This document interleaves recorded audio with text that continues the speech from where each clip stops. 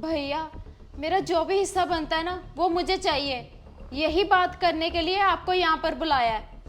क्या हिस्सा? अरे दीदी, 50 गज का मकान ही तो है हमारे पास, उसमें से आपको क्या हिस्सा दे दूं मैं? मुझे नहीं पता भैया, मुझे तो हिस्सा चाहिए तो चाहिए। अगर आप ऐसे नहीं मानोगे तो मुझे कोर्ट का सहारा लेना पड़ेगा। पर दीदी, मम्मी पापा के जाने के बाद एक घर ही तो बचा है मेरे पास, उसे भी बेचकर आपको हिस्सा दे दूंगा तो मैं कहाँ पर जाऊंगा दीदी? घर तो आपको बेचना ही पड़ेगा। दीदी, आपको इतना अच्छा तो ससुराल मिला है, इतना बढ़िया घर मिला है, कितना अच्छा आपका रहन सहन है, फिर भी आप मुझसे हिस्सा मांग रहे हो। अच्छा, ज्योति की शादी होगी तो तुमने पल्ला झाड़ लिया इससे। अरे अभी भी उस घर की बेटी है ये, हिस्सा तो इसका पूरा पूरा बनता है, चाहे वो 20 गज का घर है चाहे वो 50 गज का घर है। जितना हमारा हिस्सा बनता है ना भैया, उतना तो आपको हिस्सा देना पड़ेगा। ठीक है जीजा जी, दे दूंगा हिस्सा। ठीक है दीदी, बेच दूंगा घर, दे दूंगा हिस्सा। चलता हूँ, हाथ जोड़ के दूंगा हिस्सा आपको।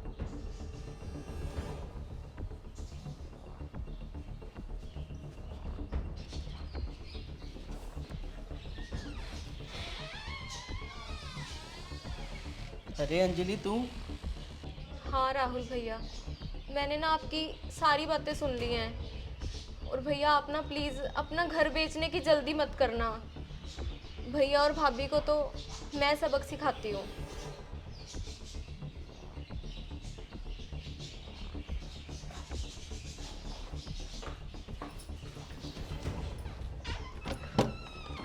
ज्योति, तूने ना बहुत अच्छा किया अपने भाई से हिस्सा मांग के, थोड़ी सी तो टेंशन।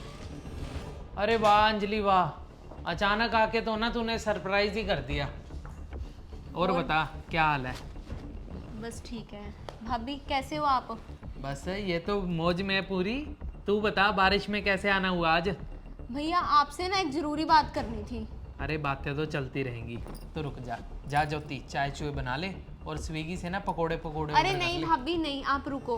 अरे पहले चाय ना का इतना ठंडा मौसम है, चाय तो पी ले तू। भैया चाय मैं बाद में पीऊंगी, पहले मुझे आप दोनों से ना एक ज़रूरी बात करनी है।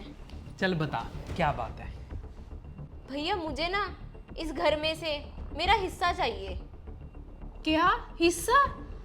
अरे अंजलि, एक ही घर है हमारे पास, इसको बेच के अगर तुझे हिस्सा दे दिया तो हम कहाँ जाएंगे? मम्मी पापा ना इतना कुछ नहीं छोड़ के गए हमारे लिए जिसमें से हम हिस्से बांटते फिरें। तो भैया इस घर में से ही तो हिस्सा चाहिए मुझे। आप इस घर को बेच दो और मुझे मेरा हिस्सा दे दो। और अगर भैया आप सीधे तरीके से नहीं मानोगे तो मुझे कोर्ट का सहारा लेना पड़ेगा, लेकिन मैं अपना हिस्सा तो ना लेकर ही रहूंगी। अंजलि, तू ये कैसी बातें कर रही है? अब एक घर के लिए अपने भाई के कोर्ट कचहरी के चक्कर लगवाएगी क्या? अरे तेरी शादी पे इतना खर्चा किया है, पूरे घर जितना तो हमने तेरी शादी पे खर्चा कर दिया था। वो तो बात अलग रहेगी, हमने कुछ लिखित में नहीं लिया, ना ही तुझे दिया कि ये तेरे घर का हिस्सा हो गया भाई, अब तेरा इस घर में कोई लेना देना नहीं है। तू उन्हीं बातों का अब फायदा उठा रही है। फायदा ना भैया मैं नहीं उठा रही, फायदा तो आप उठा रहे हो। अगर मम्मी पापा ने कोई वसीयत नहीं लिखवाई तो इसका मतलब मेरा इस घर में कोई हिस्सा ही नहीं बनता। आप मुझे कुछ भी नहीं दोगे। अंजलि, अगर तू अपने मायके से हिस्सा मांगेगी तो तेरा रिश्ता टूट जाएगा मायके से। अब दिन त्योहार में तो मायके की जरूरत पड़ती है। हाँ भाभी, दिन त्योहार पर तो मायके की जरूरत पड़ती है, और मरने के बाद ना भाभी आखिरी रस्म भी मायके की होती है। मायके की चुनरी उड़ाई जाती है, और मायका ना भाभी कभी भी नहीं छोड़ा जा सकता। पर ये सब बातें ना भाभी आपको समझने की जरूरत है। मुझे इस घर से कोई हिस्सा नहीं चाहिए। मैं तो ये सब कुछ सिर्फ आपको समझाने के लिए बोल रही थी कि आप अगर अपने भाई को इस तरह से परेशान करोगे, अपने भाई को परेशान करके उससे हिस्सा मांगोगे, तो क्या आपका भाई कभी आपसे कोई मतलब रखेगा? आपको कभी मायके आने के लिए बोलेगा? आपका मायका छूट जाएगा भाभी। अंजलि, तू बिल्कुल सही कह रही है, मुझे नहीं चाहिए हिस्सा। मैं अभी अपने भैया को फोन कर देती हूँ और बोलती हूँ कि घर बेचने की कोई जरूरत नहीं है, मुझे नहीं चाहिए हिस्सा, और माफी भी मांगती हूँ। अच्छा हुआ भाभी कि आपको ये बात जल्दी समझ आ गई। जा ज्योति, तो चाय बना के ला।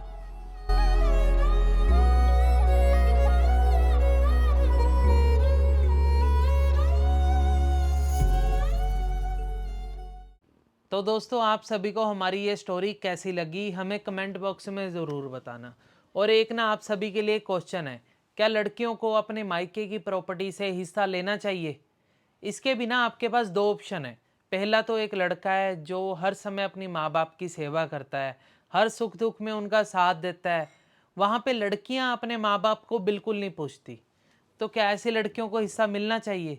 और दूसरी तरफ है दोस्तों कि लड़का अपने माँ बाप की बिल्कुल भी कदर नहीं करता, उनके किसी भी सुख दुख में उनका साथ नहीं देता, और लड़कियाँ उनकी हर सुख दुख में साथ देती हैं, तो हर मुश्किल घड़ी में अपने माँ बाप के साथ खड़ी होती हैं।